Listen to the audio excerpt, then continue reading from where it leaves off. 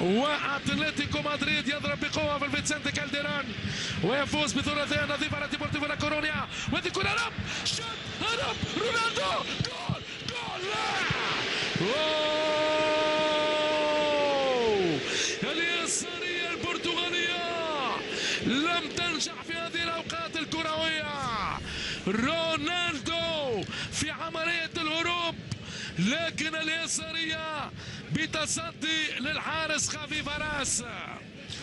ركنيه للفرقه الملكيه.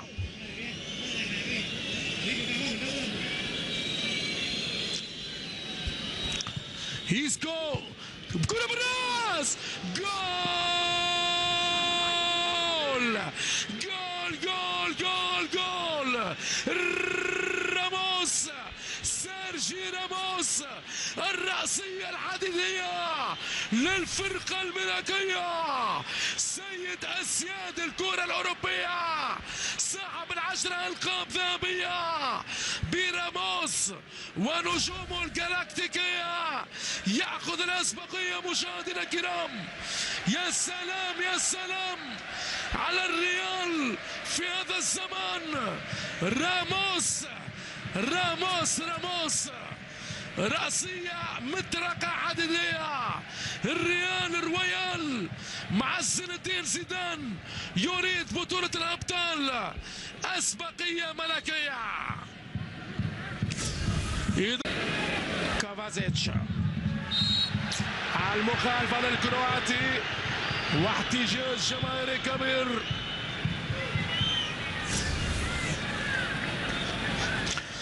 المباراة تدخل المناوشات الخطيرة في أوقات صعبة مريرة.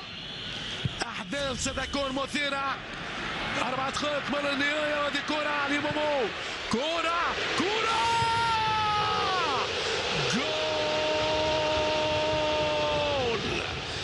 جوناثان فييرا لويليام جوزيه وزين الدين زيدان في مهب الرياح بهدف البرازيلي ويليام جوزيه. فريق لاس بالماس مشاهدينا الكرام يخترق الحصون الملكية في هذه اللحظات الكروية.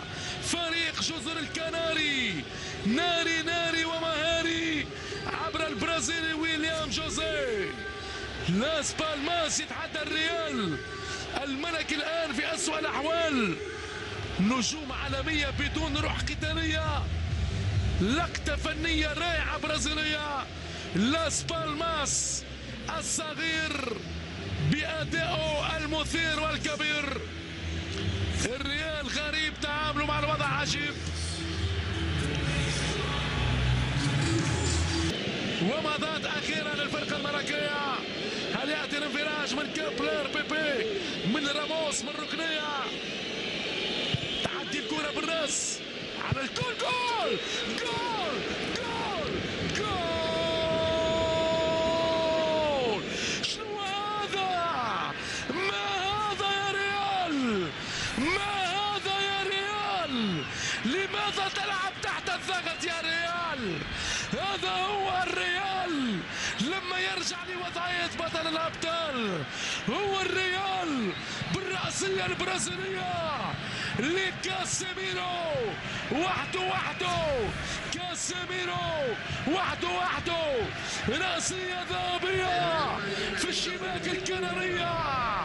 زعيم الكرة الإسبانية يرجع من جديد ويأخذ الأسبقية. الأسماء الرنانة رونالدو بيل كاسيميرو الآن بالفعل مزيانة. الريال في نهاية المباراة يتلاعب بأعصاب مشجعيه. خروج الكرواتي مودريتش، دخول مارتشيلو في وسط الميدان.